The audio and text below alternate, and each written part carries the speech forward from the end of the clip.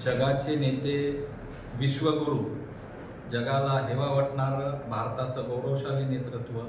देशाचे पंतप्रधान, सर्वांचे लाडके माननीय नरेंद्रभाई मोदी यांचे उद्या 29 जून 2025 रोजी 11 वाजता मन की बात कार्यक्रम, मी चुकत नसेल तर तो 123वा एपिसोड आहे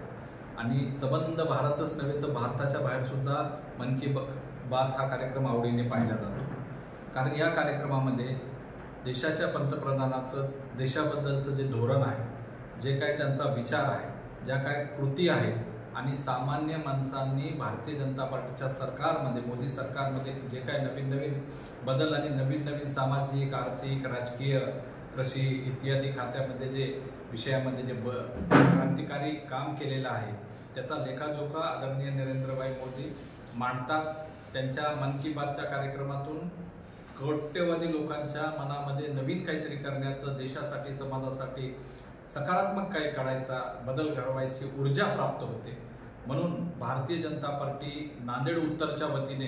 प्रत्येक बूथवर किमान 100 कार्यकर्ते घेऊन, सर्व जनतेला सोबत घेऊन उद्याचा मन की बात कार्यक्रम बघायचा आहे. या बाबीत आदरणीय देवेंद्रजी फडणवीस साहेब, चंद्रशेखर बावनकुळे साहेब, आमचे कार्यकारी अध्यक्ष रवींद्रजी चव्हाण साहेब यांनी आम्हाला त्याप्रमाणे सूचना दिलेल्या आहेत आणि माझी आपल्याद्वारे सर्व भारतीय जनता पार्टीच्या जिल्हा पदाधिकारी, सर्व मोर्चा व आघाडीचे प्रमुख, मंडळाध्यक्ष, विशेषतः शक्ती केंद्र प्रमुख व बूथ प्रमुखांना विनंती आहे की त्यांनी उद्याचा मन की बातचा कार्यक्रम 11 वाजता लोकांना, किमान एका बूथवर 100 लोकांना सोबत घेऊन आणि मंडळावर मोठ्या प्रमाणात लोकांना जमून करावयाचा आहे. हा कार्यक्रम केल्यानंतर या कार्यक्रमाचं छायाचित्र, छोटे व्हिडिओ